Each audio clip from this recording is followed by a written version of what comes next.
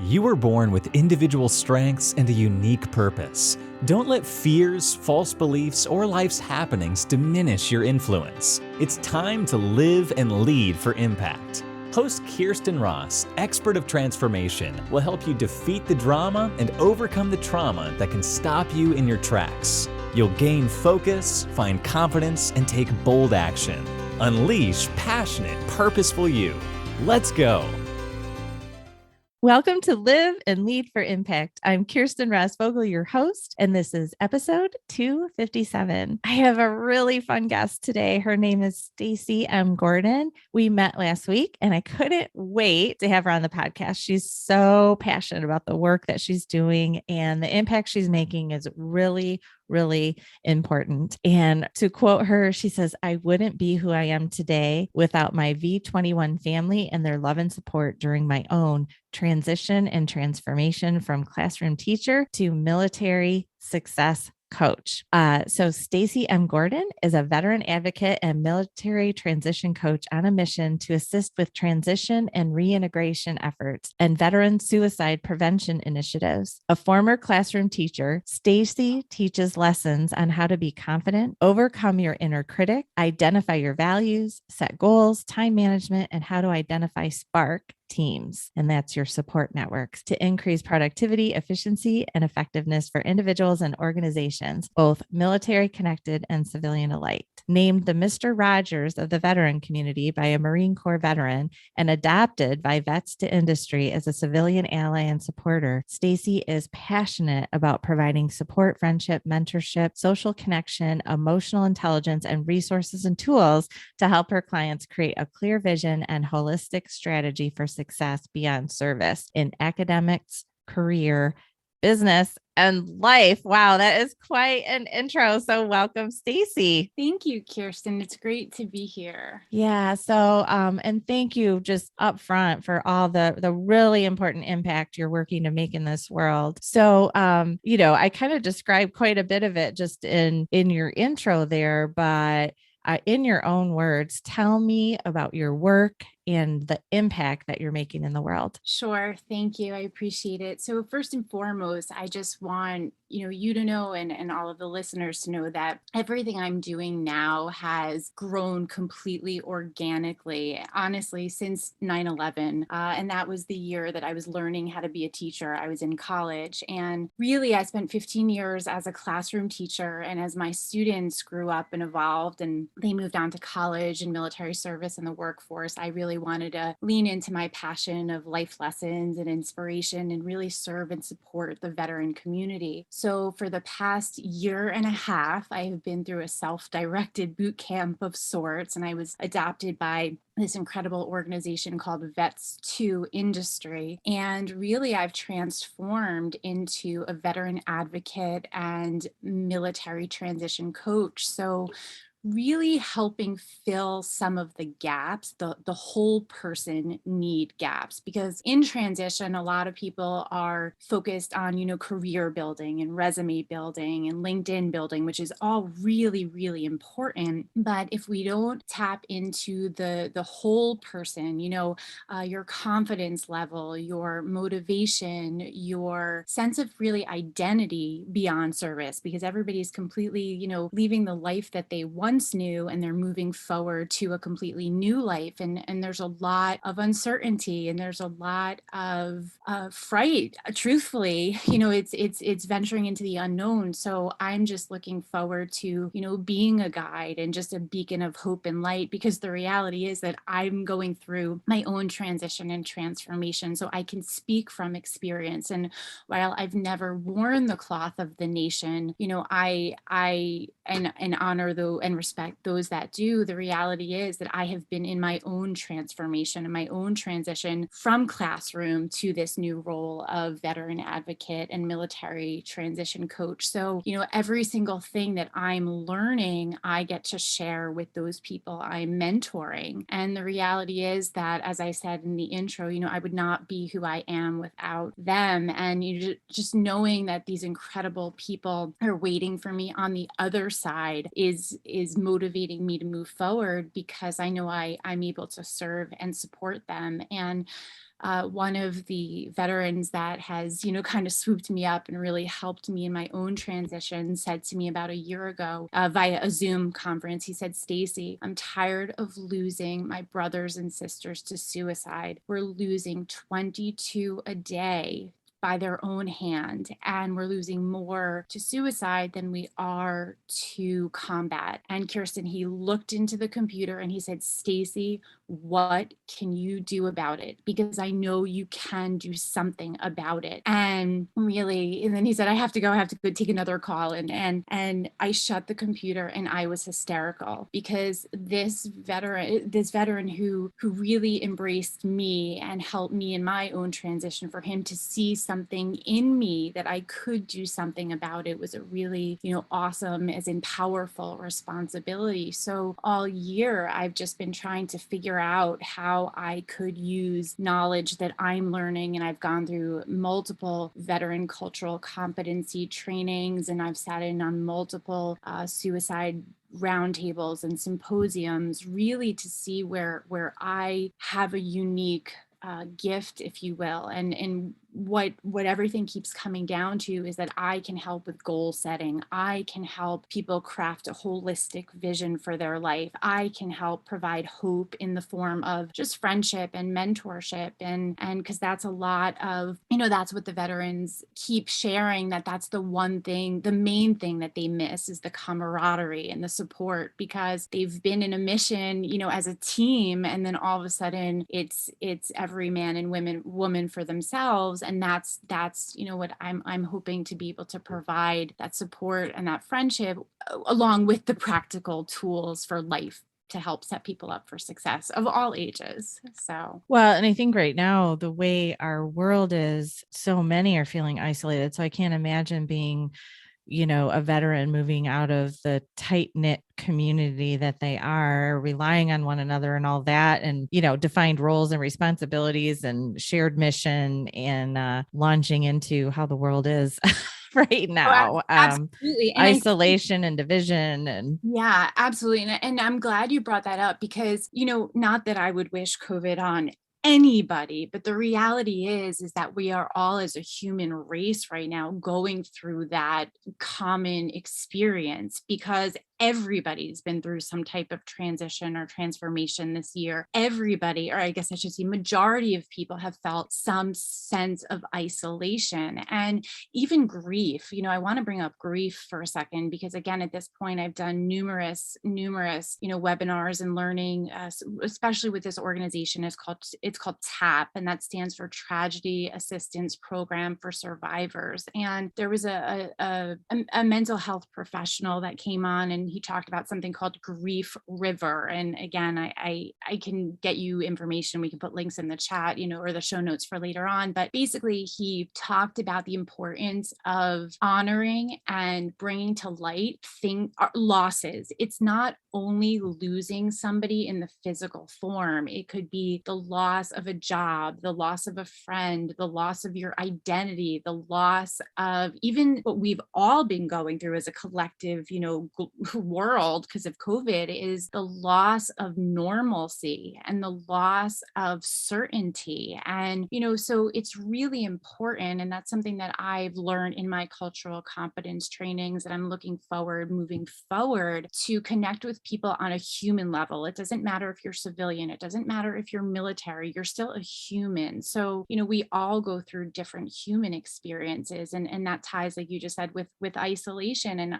I'm feeling it myself that, it's up to me. There's a saying, if it's up to me, well, if it's to be, it's up to me. And the reality is, you do have to pick yourself up, but it's important knowing that there's also the right people on the other side of the computer, on the other side of the, whatever it is, a human interaction that's going to help lead you in the direction that you want to go in and that you need to go into to be the best version of yourself, and to help you tap into your true purpose and potential, and just to really feel like you're living a fulfilled life. So it's yeah. So let me ask, So what is it about military? So you talked about all the way back to 9/11 where you feel like pieces have fallen into place. So what life experiences, maybe it's relationships with military folks, what has drawn you to a focus on and motivated you to make your unique impact with veterans? Sure. So thank you for asking. I would love to just start with a quote, if that's okay with you. It's a quote about family, and family, it's a capital F, as in, family isn't always blood. It's the people in your life who want you in theirs, the ones who accept you for who you are, the ones who would do anything to see you smile, who love you no matter what. And that's capital F, as in network and support system we create for ourselves, in addition to the families into which we are born. And the reason why that's such a really important thing is because 9/11 was a very pivotal year, of course, for the world, but in my own personal world. I happened to be in college at that point. I was a junior at Muhlenberg College in Allentown, Pennsylvania, learning how to be a teacher. And 9/11 was in September. In October, we lost my grandmother to breast cancer. In November, we lost my roommate's grandfather. And then in February of that year, my mom survived a brain aneurysm. She suffered and survived a brain aneurysm. And that year, I realized that it was the support network that you create for yourself, in addition to your blood relatives, that really help get you through. And when I started teaching, because I had shared earlier, I was a teacher for 15 years. First and foremost, for me, it was important to let the students know that they were part of a family with a capital F. It was really important that I let them know that I know they came from homes that loved them and people that loved and supported them. But it was very important for me to instill in them that somebody else had their back as well. And the reality is, my first graders are now in college, and I've already done some Zoom mentoring calls with them and their roommates. So that's just the depth of relationship and friendship and mentorship. And, so it was the whole family with a capital F, is in your peers and your support network, but also because of 9/11, that's really when the deep seeds of patriotism were rooted in me. And I brought that into my classroom for 15 years. We always honored and respected the veterans, the military community. And our theme song was Lee Greenwood's "Proud to Be an American." And my students still, send me notes letting me know that they hear that. And when they hear that, they think of me. And, one particular year in my career, I had a very difficult group of students that I just really was trying to find the right formula to really make an impact on this particular group of students. And it was Veterans Day that particular year. And I showed them one slide of one PowerPoint slide of a friend of mine who was in his uniform. He had been over in Iraq at that time serving, and he was also a West Point graduate, the United States Military Academy at West Point. And I said, this is Aaron. And when Aaron comes home, he is going to be called a veteran. And, it's really important that we honor our veterans and our military heroes, because they're the ones that are protecting and defending us. And the kids were just really, really into it and really interested. And that particular year, I just did a lot of reading about West Point, about the academies, about every branch of the military, but specifically the Army. My dad is he's an Army Reserve veteran. So I'm the daughter of an Army Reserve veteran. And just learning, and I was just really drawn on a personal level to the leadership, the character, the going above and beyond the call of duty, the selfless service, the, one team, one mission, and the camaraderie. And that was always the culture that I instilled with my students in my classroom. And it was just nice to almost read it on paper. That's what I was doing. And also servant leadership. So you're really, it's not no, I should say it this way. It's about the people in the organization. It's the people that make the organization great. And sometimes leaders lose sight of it's the people that you have to really pour into. So, it's just really evolved. And then, as I shared earlier, when it was just time for me to grow and evolve and lean into the life lessons and the motivational coaching, it just made sense for me to really lean into the veteran community and the military community. And again, to be completely, transparent and just transparent, I created my first LinkedIn profile last June, which was June 2020. And, sure enough, about 3 weeks after I created my LinkedIn profile, knowing that I wanted to serve the military community, a gentleman from this organization, Vets to Industry, saw my profile and he said, "Stacy, I'd love to have a conversation with you because it seems to be, there's a lot of synergy in what you're doing and what our organization does." And on this particular Thursday afternoon, he said, "I'd love to invite you into this, this free virtual networking circuit on Saturday." And he said, "The more you talk to the people, the more you will see the needs that are needed and the gaps that people need help filling." And he said, "The best thing for you to do is just kind of hop in and learn as you go." And he said, "I'll see you on Saturday." And Kirsten, I got off that phone call with this gentleman. His name happened to be Bruce Thompson. And I said, "Okay, great. I don't know what specialized knowledge I'm bringing to the table. I'm not really sure." And again, to be completely transparent,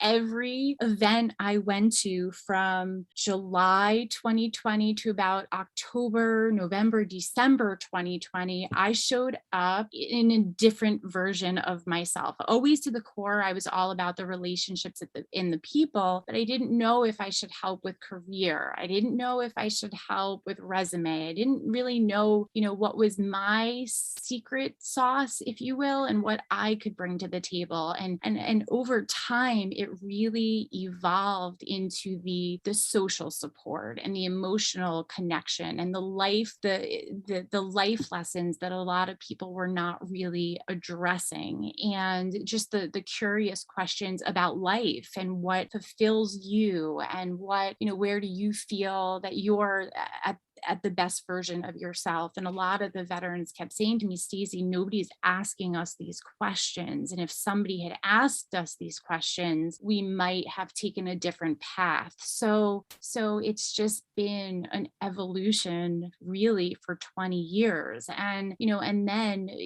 as I shared earlier, the veterans have really helped me shape myself over the past 18 months. And I tell every single, new veteran friend that I meet that people travel in two ways. They either travel, every day, every minute of every day is mapped out. Every, place they're going to eat, place they're going to stay, every sightseeing location. I said, that's typically how I travel. That's how I plan my trips. I said, and then there's other people that travel by way of the locals, and the locals are guiding them. The locals tell them where to eat. The locals tell them where to stay. The locals tell them, what to wear for different occasions. And I said, right now, you are the locals, and I am traveling by way of the locals. Obviously, I'm doing my own learning and my own growing, but the reality is I can't help you if I don't know where you need help. So this whole year has just been, especially the past 18 months, it's been in partnership with this incredible military community. And it's honestly, it's active duty from all branches, it's veterans from all branches, it's military spouses from all branches, caregivers, and military kids and teens. So it's been a collective effort of evolution on top of my students now, because one of my 6th graders is now in his 20s. And I have right here on a 3x5 index card some words of encouragement from this this gentleman, Troy, and he said, Miss Gordon, I know you are making a difference, and a big one, inspiring kids and helping grow them, which is no small feat. But I think you have an even bigger purpose, which you are clearly starting to find. And I hope you are proud of yourself for what you are doing on your own. Keep crushing it. Gordonators come in all shapes and sizes, not just elementary school kids. And, it's just, again, it's the motivation from the people in my life. And truthfully, just this morning, right before you and I hopped on this call, I received a text from a new veteran friend of mine. And she said, Stacy, I'm thinking about you this morning. Good luck. You're going to do great. So it's just a real collective, organic effort, Kirsten. So thank you for asking. Great. Well, that's when you're heading in the right direction, when the pieces start to fall into place like that. So as you move through this work and this transformation personally, where you're helping others, I always like to ask people to think about one impact. So just one quick story about kind of one person or family that you've helped. Because I think personally, it's so helpful to keep top of mind an impact that we've created, because that can really help fuel our tenacity, which we often need, because, it can be difficult, challenging work to make an impact in the world. And also, I think that can be really inspiring for others. So when you think back to the last 18 months, or maybe it's longer, what is one impact that really comes top of mind? Yes, there's one particular one. It happens to be a veteran who lost his wife to suicide. He watched her take her own life, and I was sharing some of my ideas with him. And I must also say, this was very early on in this learning journey for myself. And he looked at me, he said, Stacy, I wish I had questions like this asked of me. He said, because I was on the verge of suicide until I looked in the mirror one day and I just said, I don't like this person anymore. And so he said, Stacy, just keep asking those questions of people, because they need to be asked these questions. So he's definitely one of them that I have his name written on Post-its everywhere just to remind me. Good. Yeah. Well, that's a powerful impact for sure. And what a difficult time. So as you move through this time of transition and kind of on the fly, it sounds like building what you're going to do going forward. I want to say it's part of it's on the fly, but it's very intentional on the fly. So it's not seat of the pants. It's very intentional. Oh, sure. I can see that. No, there's a drive and a direction for sure. But I've been working with people, helping them do this sort of thing for about 30 years. And so I'm making the distinction of the person who says, I can't do anything until I have it all figured out. And then I'm going to make the thing, and then I'm going to do some research, and then I'm going to, and that is not you for sure. I feel like you're making the impact while you're learning, but yes, in an intentional way. Yeah. So what has been your biggest internal or external challenge that you've had to overcome, and how did you overcome it? Thank you for asking. Really waking up every morning and figuring out who I'm supposed to be, and make sure that I keep surrounding myself by the right people, and keep just a lot of consistency of just keep showing up to these networking events, to these learning events. And it's just again, knowing that everybody's waiting for me on the other side, especially the veteran that I had shared, who lost his wife to suicide.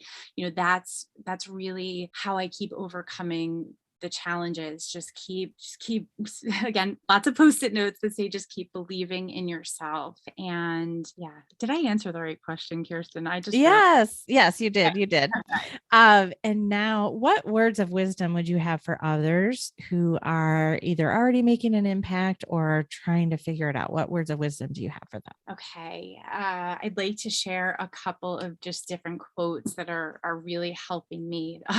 First of all, the first one is just believe in yourself. And it's definitely not easy, but again, when you just have this drive and you just know you're on this mission, just just unwavering faith and trust in yourself and everything you're doing, and just keep moving forward. There's also something that is helping me, which is the warrior ethos from the United States Army. And it's, I will always place the mission first. I will never accept defeat. I will never quit, and I will never leave a fallen comrade. And I draw on a lot of my inspiration and inner fortitude from just the military community, the Corps of Cadets at the United States Military Academy at West Point, Medal of Honor recipients. I'm trained in something called the Medal of Honor Character Development Program, and then this whole vets to industry community. And many years ago, I was at a training for this Medal of Honor Character Development Program, and Lieutenant Brian Thacker, who's a Medal of Honor recipient, United States Army from Vietnam, said that when he was in the toughest times in Vietnam, he would recite the poem Invictus to himself by William Ernest Henley. And that is something I keep thinking to myself. I have a picture of Lieutenant Thacker and I with this quote underneath, posted all over my apartment. And it's, I am the master of my fate. I am the captain of my soul. So I'm just going to say it again. I am the master of my fate. I am the captain of my soul. And the reality is, Kirsten, it's all about the choices that we're making that move us in one direction or another. So those are some of the words that of inspiration, that have been motivating me and moving me forward. Thank you so much for that. And that's going to help. And those, we'll have those quotes definitely in the show notes if you didn't have a pen to write those down quickly. Stacey, thank you so much for joining me today and for sharing your inspirational story and your in-process journey. And I love that you're making an impact while you are learning and transforming yourself. So I so appreciate that. And if you want to connect with Stacey, we'll have all of her links at today's show notes, and you can find those by going to defeatthedrama.com, click on the podcast tab, and go to episode 257. Thank you so much, Stacey. Thank you, Kirsten. I appreciate it. And I also want to say, if you are working to make your impact and are struggling with personal success strategies or leadership, customer and client service strategies, all those kinds of key components of success and making your bigger, bolder impact, I invite you to check out My Impact Academy. You can gain 2 weeks free by going directly to this link, myimpactacademy.com/join. And there are a wealth of resources there, audio, video, PDF download, digital content that I've created over about 20 years.